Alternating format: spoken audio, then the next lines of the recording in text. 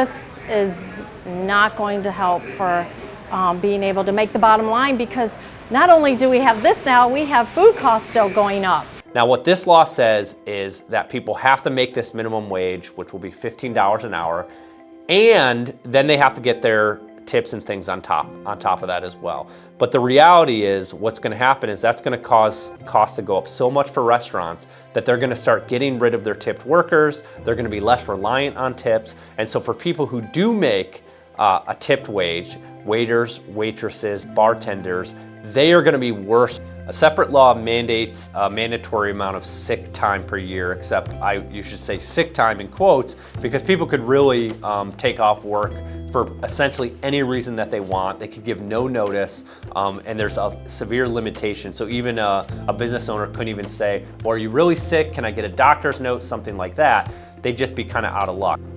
We can't put our work off till next week or next month, or a project off. Like, people are in line waiting to be waited on. They only have a certain amount of time for lunch, and they want to be waited on, and we cannot say, hey, 3 of our employees did not show up today.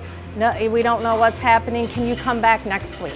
So the problem with this is that restaurant owners don't want people coming in and working while sick. They want to pay employees what they're worth. They want to keep people on staff.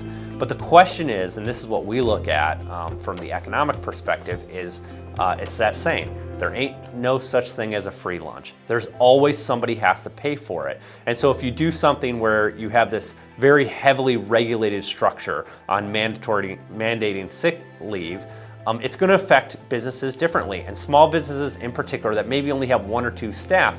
They can't deal with somebody last second saying, by the way, I'm taking 3 days off work.